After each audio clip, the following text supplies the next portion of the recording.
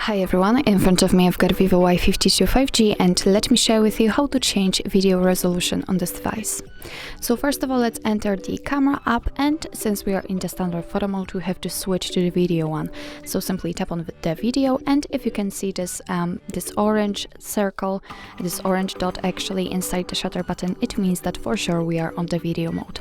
So now we can enter the settings, which are in the right upper corner, so let's tap on it, and as you can see in the video section, we've got the video resolution.